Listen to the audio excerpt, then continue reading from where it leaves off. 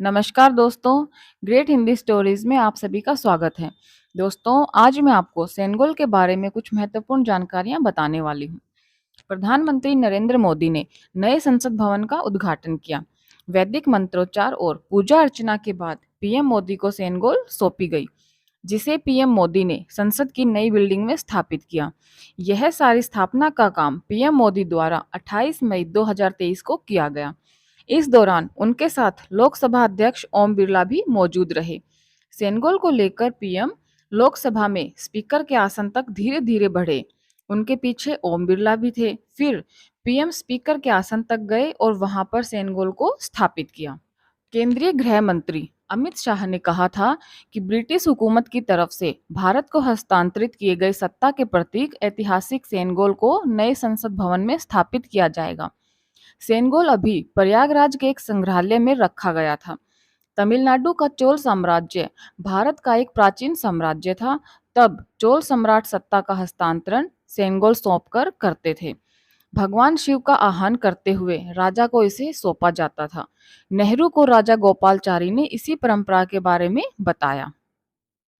इसके बाद पंडित जवाहरलाल नेहरू ने सेनेगल परंपरा के तहत सत्ता हस्तांतरण की बात को स्वीकार किया और तमिलनाडु से इसे मंगाया गया। सबसे पहले सेनेगल को लॉर्ड माउंटबेटन को ये सेनेगल दिया गया और फिर इसे हस्तांतरण के तौर पर इसे वापस लेकर नेहरू के आवास ले जाया गया, जहां गंगाजल से सेनेगल को शुद्धिकरण किया। इसके बाद मंत्रोच्चारण के साथ नेहरू को इसे सौंप दिया गया। प्रयागराज म्यूजियम में यह गोल्डन स्टिक पहली मंजिल पर बनाई गई नेहरू गैलरी के एंट्रेंस गेट पर बने शोकेस में रखी गई थी। इस गैलरी में पंडित नेहरू के बचपन की तस्वीरों से लेकर उनके घरों में मॉडल, ऑटोबायोग्राफी और उपहार में मिली हुई तमाम वस्तुएं रखी गई हैं। केंद्रीय संस्कृति मंत्रालय के निर्देश पर यह सेनेगल तकरीबन 6 महीने पहले 4 नवंबर 2022 को प्रयागराज म्यूजियम से दिल्ली के नेशनल म्यूजियम भेजी गई थी। चलिए दोस्तों, अब आपको सेनेगल क्या है इस बारे में बताते हैं। सेनेगल क्या है? सेनेगल एक तमिल शब्द है जिसका मतलब संपदा से संपन्न होता है। सेनेगल चोल साम्राज्य की परंपरा का हिस्सा था। यह चांदी और सोने से बना होता है। इसकी लंबाई 5 फीट और इसका वजन 800 ग्राम है। सेनेगल के शीर्ष पर नंदी प्रतिमा धर्म न्याय का प्रतीक है। नंदी के नीचे गोला दुनिया का प्रतीक है और इसमें लक्ष्मी की आकृति वैभव समृद्धि की प्रतीक मानी जाती है। इसको ब्रह्मादंड भी कहते हैं। तमिल में इसे सेनेगल कहते हैं। हिंदी में इसे राजदंड कहते हैं, यानी अधर्म का नाश करने वाला। चोल साम्राज्य में जब कोई राजा अपना नया उत्तराधिकारी घोषित करता था तो उसे नए उत्तराधिकारी को सेनेगल राजदंड को एक प्रतीक के रूप में सौंपता था। दक्षिण भारत में तमिलनाडु में सेनेगल राजदंड को निष्पक्ष और न्यायप्रिय शासन का प्रतीक माना जाता है। आपको बता दें कि इसी निष्पक्ष और न्यायप्रिय शासन के प्रतीक के तौर पर अब इसकी स्थापना भारत के नए संसद भवन में की गई है। नवनिर्मित संसद भवन में सेनेगल को स्पीकर की सीट के बगल में स्थापित किया गया है।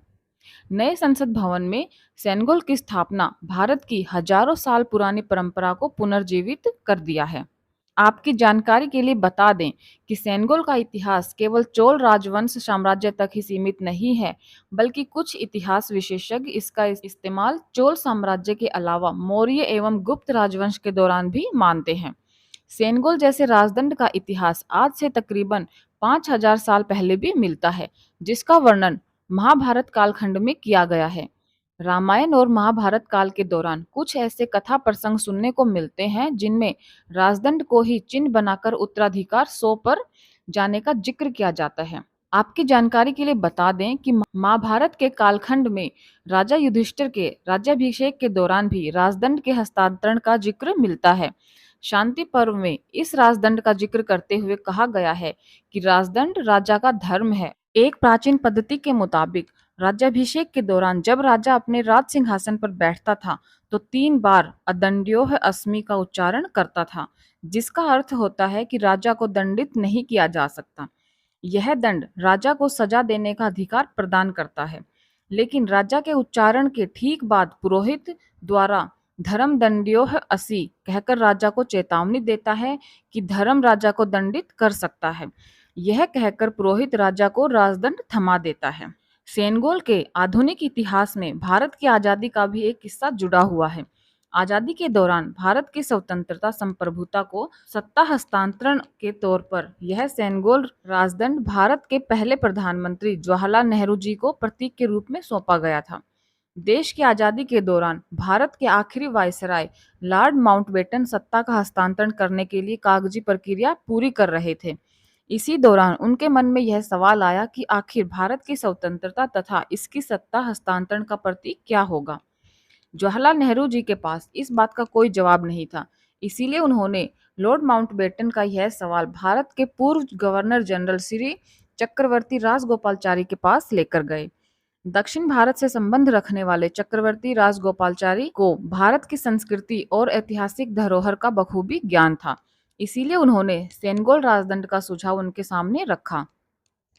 दक्षिण भारत और तमिलनाडु में सेनगोल राजदंड को आज भी सत्ता की शक्ति के साथ निष्पक्ष और न्यायप्रिय शासन का प्रतीक माना जाता है।